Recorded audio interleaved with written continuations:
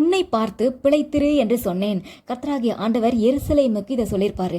எருசலேமை தனக்காக தெரிந்து கொண்டு அதனுடைய கீழான நிலைமையை மாற்றியிருப்பார்.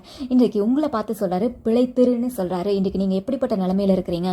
சுற்றி இருக்கிற மனிதர்கள் உங்களுக்கு நியாயமா வர வேண்டிய உங்களுடைய நன்மைகள் சுதந்திரங்களை பறித்து கொண்டு உங்களை அடித்து உதைத்து துன்புறுத்தி அனாதையா விட்டுட்டு போயிட்டாங்களா?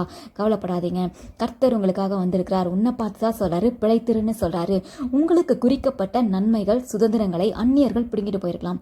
ஆனா இன்றைக்கு கர்த்தர் நியாயமாய் உங்களுக்கு வர வேண்டிய வாழ்க்கையை, சுதந்திரத்தை, ஆசீர்வாதங்கள், நன்மைகள், அது எதுவா இருந்தாலும் சரி, இன்றைக்கு அந்நியர்கள் அதை தொடாதபடி அதை பறித்து நியாயமாக வழக்கை நடத்தி உங்களுக்கு வர வேண்டியது உங்களுக்கு மீட்டு கொடுப்பார்.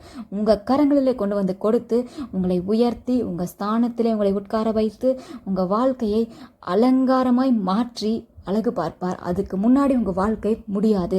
கர்த்தர் உங்களை பார்த்து சொல்றார், நீ பிழைத்திருப்பாய். உங்க வாழ்க்கை முடிஞ்சிடும்லாம் நீங்க நினைக்காதீங்க. கர்த்தர் உங்களுக்கு முன் குறித்ததை உங்களுக்கு நியாயப்படி உங்களுக்கு செய்வார். நீங்க நன்றாய் இருப்பீர்கள், வாழ்ந்திருப்பீர்கள். எவ்வளவு தாழ்வான நிலைமையில இருந்தாலும் சரி, இன்றைக்கு அநியாயமாய் நீங்க தாழ்த்தப்பட்டிருக்கலாம், இல்லை கீழாக நடத்தப்பட்டிருக்கலாம். இன்றைக்கு கர்த்தர் எருசலேமுக்கு சொன்னதை தான் உங்களுக்கு சொல்றாரு. உங்களை தமக்காக அவர் தெரிந்து கொண்டிருக்கிறார். நீங்க பிழைத்திருப்பீங்க. கர்த்தர் உங்களை பிழைக்க செய்வார். உங்க தேவைகளை எல்லாம் அவரே உங்களுக்கு கொடுத்து உங்களை உயர்த்தி ஆசீர்வதிப்பார், அலங்கரிப்பார், உங்க வாழ்க்கையை அலங்கரிப்பார். நீங்க செய்ய வேண்டியது ஒன்னே ஒண்ணுதான். உங்களுக்கு உங்க சுதந்திரத்தை உங்களுக்கு மீட்டு கொடுத்தாருல்ல, உங்களுக்கு நன்மை செய்தாருல்ல, உங்களை பிழைக்க செய்திருக்கிறாருல்ல, நீங்க அவருக்கு வாழ்நாள் முழுவதுக்கும் நன்றியுள்ளவர்களாயிருங்கள்.